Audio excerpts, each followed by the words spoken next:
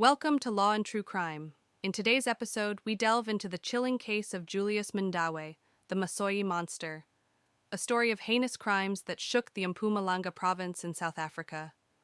Julius Mndawe's reign of terror between 2018 and 2019 left 5 young women dead and their families in unimaginable pain.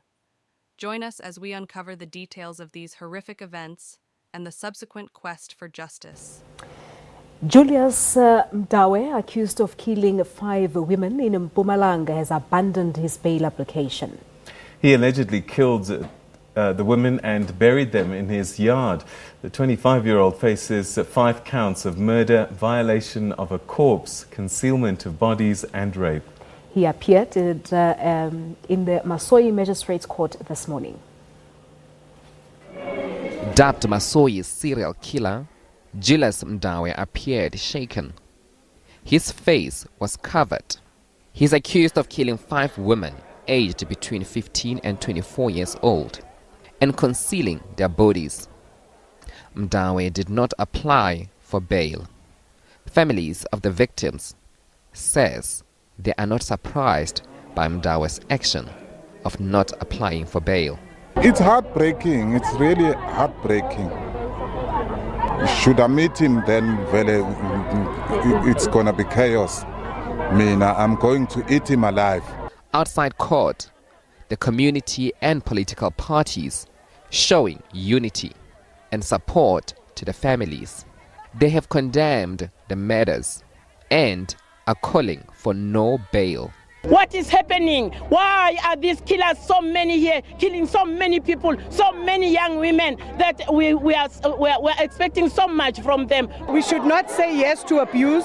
You know, if one person gets away with it, then we are opening up a can of worms. Everyone can believe that murder can be done and nothing gets done about it. The police are still awaiting DNA and post-mortem results. The case has been postponed to the 28th of August.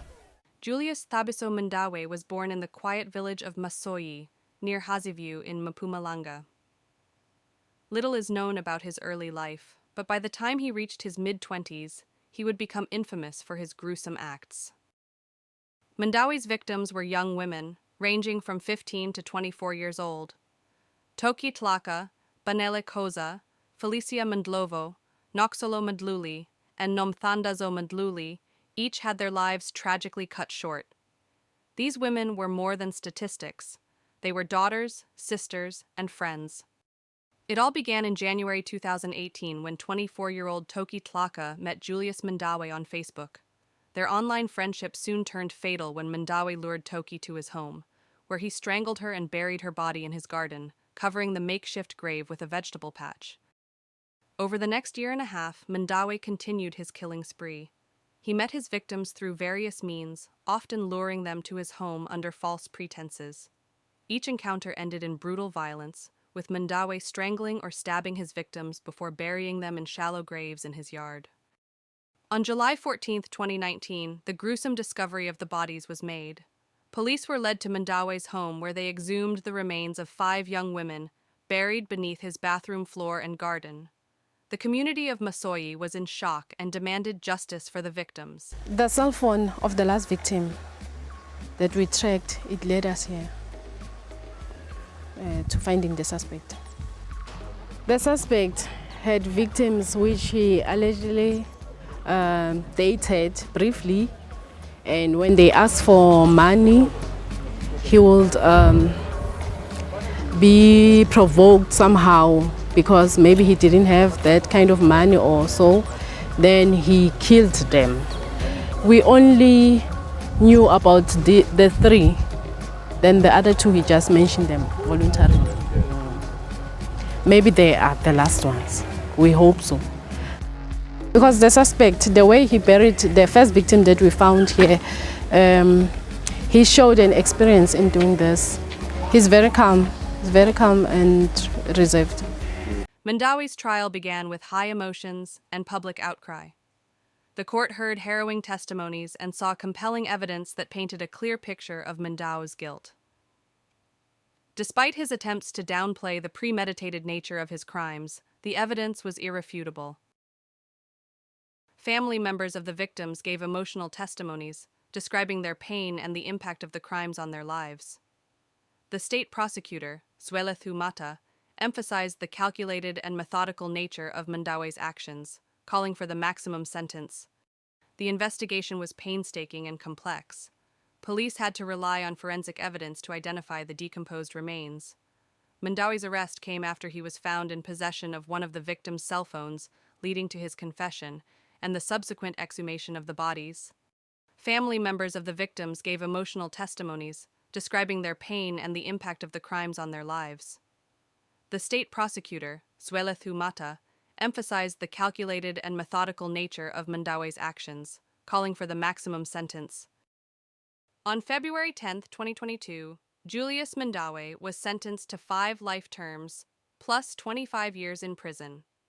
The judge found no mitigating factors that could lessen his sentence, citing the brutality and premeditation involved in the murders. The families of the victims expressed a mix of relief and sorrow as they finally saw justice served, albeit amidst their enduring grief. Armed to the teeth and taking no chances at the sentencing of the serial killer Julius Mndawe, Mndawe was found guilty of premeditated murder of 5 women. The remains of 4 of the victims were found in shallow graves in Mndawe's yard and 1 in his bathroom. Acting Judge Denise Kutsie sentenced him to life imprisonment. In the result, this court sentences you as follows. Count 1. The murder of Elina Toki Klaka. You are sentenced to life imprisonment. The families of the victims were elated, but 2 of the 5 families are yet to bury their loved ones. The National Prosecuting Authority welcomed the sentence. This sentence befits the crime committed by the accused, especially when young people were killed in such a brutal manner like this. Nhlamulo Mabasa, SABC News, High Court in Bombela. The case of Julius Mndawe has left a lasting impact on the Masoi community. It brought to light the vulnerabilities and dangers faced by young women in the area. Community leaders and activists continue to work towards creating a safer environment and ensuring such tragedies are never repeated. This case serves as a grim reminder of the evils that can lurk within our communities. It also highlights the importance of vigilance, the role of law enforcement, and the need for societal support to prevent such horrors. As we close this chapter, we honor the memories of Toki Tlaka, Banela Koza, Felicia Mndlovu, Noxolo Mdluli, and Nomthandazo Mdluli. Thank you for joining us on this episode of Law and True Crime.